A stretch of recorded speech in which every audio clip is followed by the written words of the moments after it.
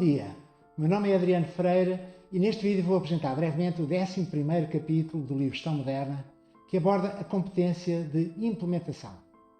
E como a implementação envolve sempre processos ou projetos, os tópicos cobertos neste capítulo são os processos estratégicos e os processos funcionais, bem como os projetos estratégicos e os projetos funcionais, finalizando com o anexo centrado na liderança das atividades de implementação. E este capítulo tem início com um caso muitíssimo interessante sobre o Grupo Português de Engenharia, Construção Civil e Obras Públicas, Casais, que nos últimos anos conquistou o prestigiado prémio Construir de melhor construtora nacional durante 5 anos consecutivos. De facto, o Grupo Casais tem investido na melhoria contínua dos seus processos de planeamento, execução e controle de obras, incluindo a modelação 3D, BIM, a introdução dos processos construtivos, a criação de um cockpit de comando e gestão da obra e, mais recentemente, optou também por aderir na nuvem à plataforma Procore para aumentar drasticamente a eficiência da construção, agilizando também a colaboração com os seus parceiros de negócio. Já uma das suas subsidiárias, a Opertec, no negócio de Facilities Management, tem um projeto estratégico de reformulação da gestão e operação de edifícios e instalações com o recurso a tecnologias de vanguarda. E, em paralelo, todas as unidades desenvolvem os seus próprios projetos funcionais, como é óbvio. Por exemplo, a Carpin Casais lança regularmente novas soluções de carpintaria e a Academia Casais tem vindo a criar novos programas e formatos de formação. Por isso, no futuro, o Grupo Casais ambiciona ser uma referência internacional de conhecimento e de solidez no setor. Muito bem, a primeira parte do capítulo é dedicada aos processos estratégicos. Tipicamente, em função dos objetivos e da estratégia da organização, alguns processos têm um caráter mais estratégico e outros processos uma natureza apenas mais funcional.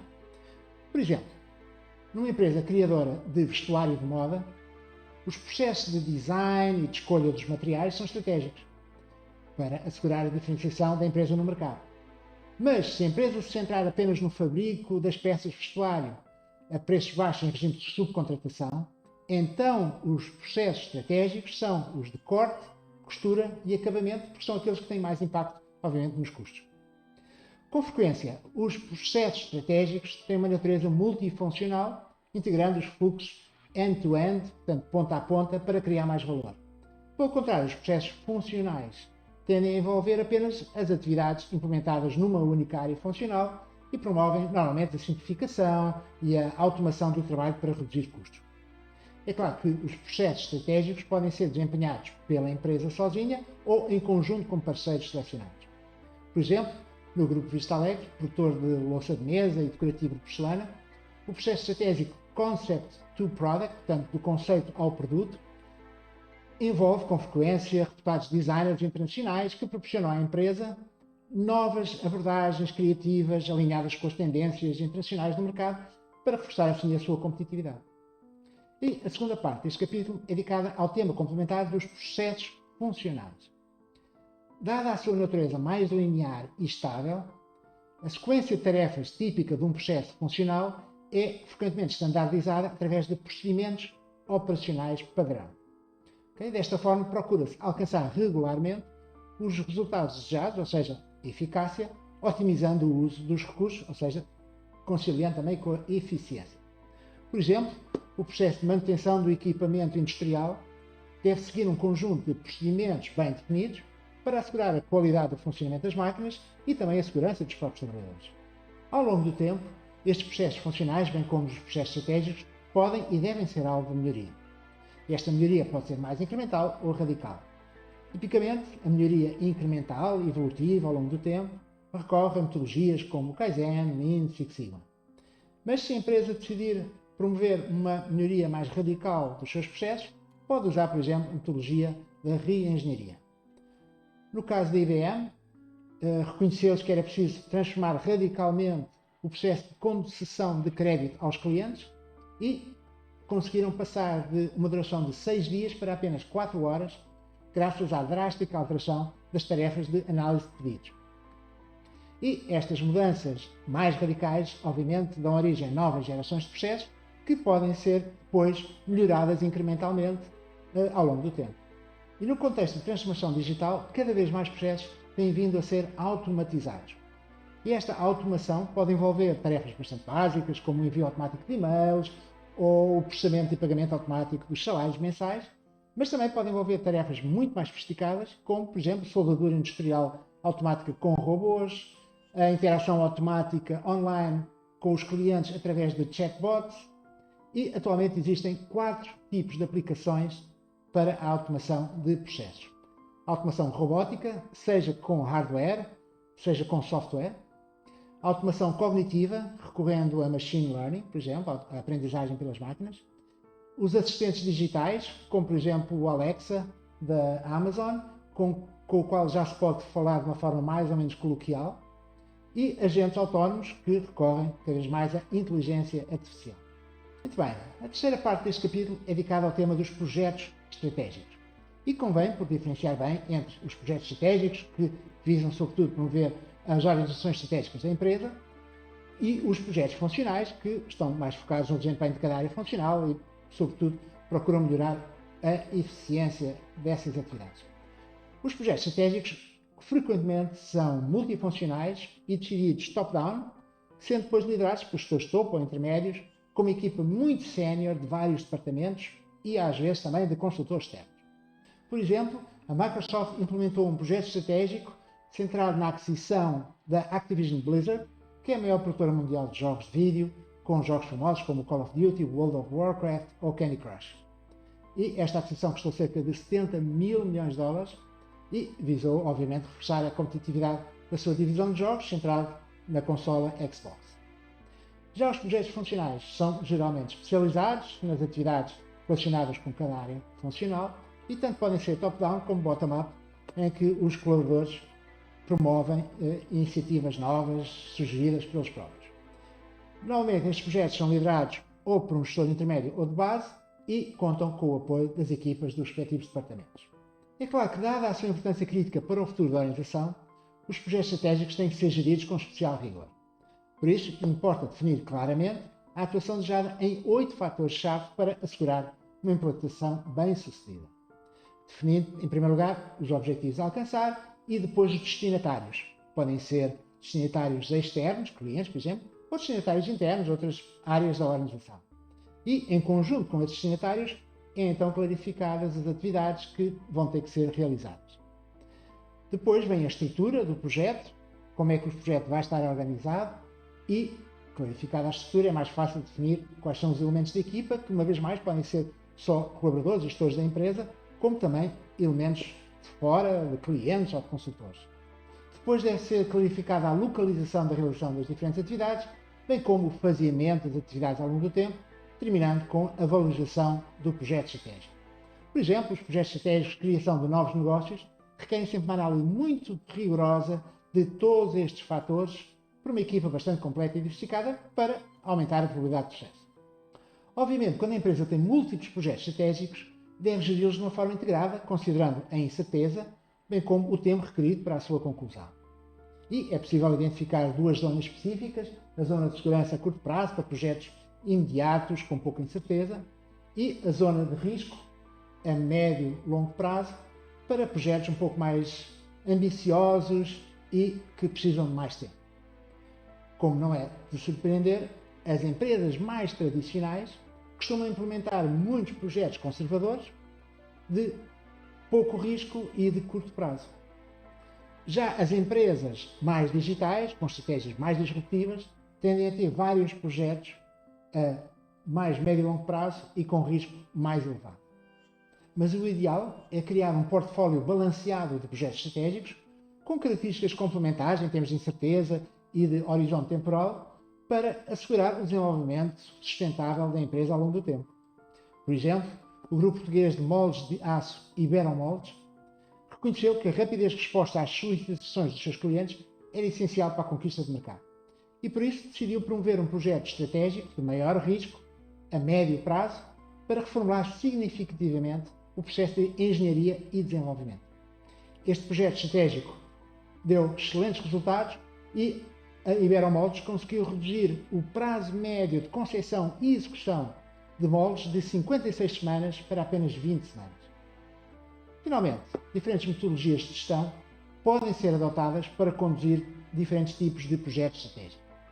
Em negócios mais estáveis, os projetos ainda podem ser geridos com abordagens estruturadas, diretivas, mas nos negócios com mais mudança, com maior instabilidade, tem havido uma adoção generalizada de metodologias dinâmicas e iterativas, como por exemplo o Agile e o Scrum. O caso muito popular do Agile consiste numa metodologia que envolve a realização de sucessivos sprints. Sprints são corridas rápidas, não é? De muito curto prazo, tipicamente 2 a 4 semanas, com resultados cumulativos. Portanto, em vez de esperar muito tempo para ver os resultados das atividades, as atividades são divididas em sprints e verifica-se como é que as coisas estão a avançar, fazem-se correções rápidas e avança-se para o próximo sprint, até eventualmente chegar ao resultado final desejado. E cada vez mais as empresas estão a usar várias destas metodologias em simultâneo, por exemplo, Agile e Waterfall, para combinar diferentes características e benefícios de curto, médio e longo prazo. A quarta parte do capítulo é dedicada ao tema complementar dos projetos funcionais. E uma vez que os projetos funcionais costumam ser menos complexos que os estratégicos, tendem a focar sobretudo na calendarização e coordenação das atividades. E para esse efeito são habitualmente usadas ferramentas simples de entender, de aplicar e de controlar por todas as pessoas envolvidas. Por exemplo, o gráfico de Gantt facilita a estruturação linear das responsabilidades no projeto ao longo do tempo. E, através de aplicações colaborativas, como por exemplo o Microsoft Teams, é possível manter toda a equipa de projeto sempre alinhada e atualizada. E em projetos mais longos ou com atividades mais interligadas, pode-se usar outro tipo de ferramentas, como por exemplo a CPM, que é a Critical Path Method, portanto, o método da via crítica. O que é que se faz? Primeiro, alinham-se todas as atividades para apurar o tempo mínimo requerido à conclusão de todo o projeto. E depois, se for considerado que esse tempo mínimo é demasiado longo, então avalia-se o custo associado à redução da duração total e decide se vale a pena fazer essa alteração.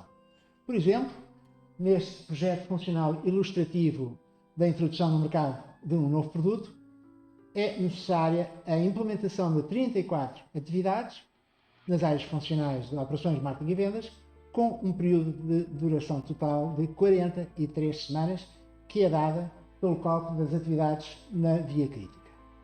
Portanto, se a empresa desejar encurtar esta duração de 43 semanas, vai ter que avaliar os custos associados à redução dos tempos em algumas destas atividades que constam da via crítica e decidir se justifica.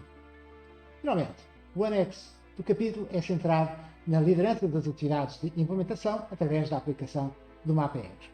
Na realidade, o contributo de cada pessoa para o trabalho em equipa depende muito das suas próprias características de personalidade. Por exemplo, 2 sociais têm alguma dificuldade em trabalhar em equipa porque preferem valorizar mais a relação pessoal. E 2 operacionais, como não gostam da pressão da tomada de decisão, preferem esperar que o outro decida para depois implementarem. E, portanto, ficam ali um pouco no impasse. Já 2 governadores tendem a trabalhar bem em equipa se estiverem de acordo em relação às regras, aos processos a seguir, e 2 empreendedores tendem a chocar um com o outro, porque são muito competitivos, a não ser que se especializem. E, dessa forma, já conseguem trabalhar bem em equipa. Por outro lado, os sociais, que são pessoas que se dão bem com os outros perfis, do ponto de vista pessoal, têm alguma dificuldade em trabalhar, por exemplo, com os empreendedores, que são mais duros, mais ríspidos, e com os governadores, que são muito processuais, pouco humanos, mais centrados nas regras. Já que os operacionais, os sociais conseguem trabalhar bem, os sociais decidem e os operacionais executam. É engraçado também verificar que os operacionais conseguem trabalhar bem com os empreendedores e com os governadores, porque estes assumem a tomada de decisão e os operacionais preferem ficar mais centrados na execução. E, curiosamente, a combinação mais difícil é entre empreendedores e governadores, apesar de ambos quererem alcançar os resultados desejados. Só que os empreendedores preferem avançar depressa, correr riscos e aprender com os erros, enquanto que os governadores preferem avançar mais devagar, fazer de uma forma segura, garantir que não há falhas. Mas, na realidade, ao longo do tempo, todos os perfis podem e devem aprender a ajustar-se uns aos outros para conseguirem trabalhar melhor em equipa. E importa também compreender que a implementação do trabalho em equipa nos processos e nos projetos costuma evoluir ao longo de 4 fases sequenciais. A primeira fase é a fase da criação, onde a equipa é constituída de raiz ou há uma reestruturação e entram pessoas novas, saem outras. Nesta fase, a equipa tem tipicamente uma postura muito porque está à espera que seja o líder ou a líder a decidir o que é que vai ser feito. A segunda fase é a fase da fricção. E aqui começam as dificuldades no trabalho conjunto. As pessoas que ainda não se conheciam começam agora a perceber que afinal não conseguem facilmente trabalhar uns com os outros, que há algumas clivagens, alguns mal-entendidos, e nesta fase impera o perfil empreendedor, ou seja, começa a haver choques, mais competição, algumas pessoas já querem sair, e é uma fase difícil em que o estado anímico da equipa cai bastante. A terceira fase é a fase da normalização. E aqui já começam a ser encontradas as normas, as regras, para as pessoas se entenderem melhor, para trabalharem melhor em equipe. E, portanto, o desempenho da equipe e os próprios sentimentos também começam a evoluir positivamente e esta equipa já está com uma postura muito muito governadora, porque já define bem as regras para conseguirem trabalhar bem em equipe. E, finalmente, a última fase é designada de ação, no sentido de ação de alto desempenho, e, obviamente, aqui todos já trabalham bem, já conseguem ajudar-se mutuamente de uma forma muito fácil e o espírito é muito social, mantendo, obviamente, a produtividade elevada. E para conduzir com sucesso os processos e projetos ao longo destas sucessivas fases, o líder também deve adaptar com flexibilidade o seu próprio estilo de liderança. Ou seja, a liderança deve ser sempre situacional. E, nesse sentido, os líderes podem adotar 4 estilos de liderança situacional alternativos. O estilo de instrução, em que dão as instruções e dizem o que é que deve ser feito e corrigem os erros, caso ocorram. O estilo de orientação, em que ouvem as opiniões dos seus colaboradores, mas depois no fim tomam a decisão final. O estilo de participação, em que envolvem todos os colaboradores na tomada de decisão, na procura de consensos ou de compromissos. E, finalmente, o estilo de delegação, em que o líder delega em algum colaborador, tipicamente mais sénior, a tomada de decisão. E agora já é possível compreender qual é que é o estilo de liderança mais apropriado a cada uma das fases da evolução do trabalho nos projetos e nos processos. Tipicamente, na primeira fase de criação, a equipa ainda não sabe o que fazer e o líder deve ter uma liderança de instrução. Na segunda fase, em que começa a fricção, começam as dificuldades, o líder deve ouvir as pessoas e deve tomar as decisões finais, deixando que eles desabafem um pouco e que esta tensão entre eles amenize. Portanto, na segunda fase, interessa adotar o estilo de liderança de orientação. Já na terceira fase, em que já começam a definir as normas e que se consegue evoluir bem no trabalho em equipa, o líder já pode abrir um pouco mais a tomada de decisão para todos e, portanto, assumir um estilo de participação. E, finalmente, quando a equipa já está em grande ação, obviamente, o estilo de liderança apropriado é a delegação. Algumas pessoas já podem decidir, em vez de ser sempre o líder a decidir. Porém, a personalidade do líder influencia inconscientemente a adoção de um estilo de liderança situacional predominante. E, tipicamente, os governadores gostam muito do estilo de liderança de instrução. Gostam muito de dar ordens, de controlar, de verificar se está tudo bem feito. Mesmo que a equipa já esteja numa fase mais avançada e que já faça bem. Mas os líderes governadores, pela sua natureza, inconscientemente tendem a assumir demasiadas vezes o estilo de liderança de instrução. Já os empreendedores gostam mais do estilo de liderança de orientação. Isto é, gostam de ouvir os outros, até porque são competitivos, gostam de perceber se alguém tem boas ideias, mas depois a decisão final é deles. Os sociais, como seria de esperar, são os mais adeptos, inconscientemente, do estilo de liderança de participação, a criação de consensos, de compromissos, de envolvimento de todas as pessoas. E os operacionais, como não gostam da pressão da tomada de decisão, tendem a preferir inconscientemente a delegação. Portanto, passam a bola, digamos assim, para que sejam outras pessoas na equipa a decidir.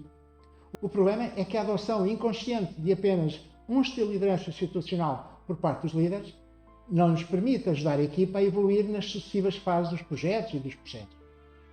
E por isso, a rigidez dos líderes tem um impacto negativo no trabalho das equipas. Se, pelo contrário, os líderes forem mais flexíveis e compreenderem que, apesar de preferirem um determinado estilo de liderança que lhes é mais próximo à sua personalidade, devem ajustar com alguma flexibilidade as suas abordagens de liderança às diferentes fases em que a equipa se encontra, então serão muito melhores líderes e os processos e projetos alcançarão melhor os resultados desejados. Muito bem, espero que tenha gostado desta breve apresentação dos temas do 11º capítulo do livro Gestão Moderna. Obviamente o capítulo tem muito mais tópicos, muitos exemplos práticos de empresas, de processos, de projetos e por isso faço votos para que tenha uma boa leitura.